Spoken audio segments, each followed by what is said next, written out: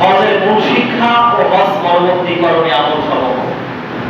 হজ এবং কোরবানি ঐতিহ্যমণ্ডিত হাজার হাজার বছর থেকে এটা চলে আসছে। ইব্রাহিম আলাইহিস সালামের সিলসিলা অনুসারে তার প্রিয়তম সন্তান ইসমাঈলকে লালন-পালন করতে গিয়ে হজের যে কার্যাবলী পরিবেশন হয়, এটা সুন্নাত ইব্রাহিম থেকে এটা আল্লাহ সুবহানাহু ওয়া তাআলা সামর্থ্যবানদের জন্য ফরজ করেছেন। হজের মূল শিক্ষা কি?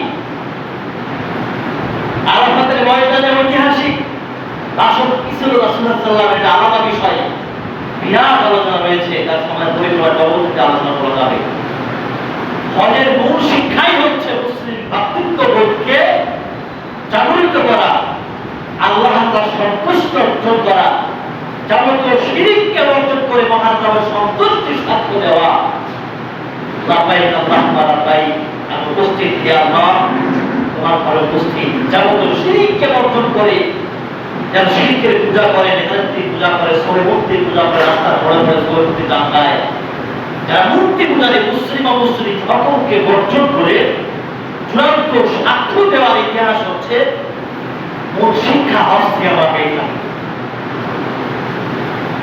হজ পরবর্তী হাজিদের করণীয় কি?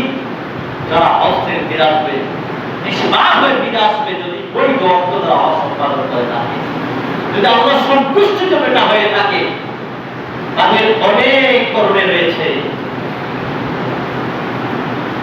তারা সদা সর্বদাই আল্লাহ ইবাদতে শামিল থাকবে, অন্যায় অবিচার করবে না, মিথ্যার আশ্রয় নেবে না, মানুষকে ঠকাবে না, সদা সর্বদাই জিকির আজকার তাসবিহ তাহলিলের উপরে থাকবে, তাদের দ্বারা কখনো অন্যায় অবিচার করবে না।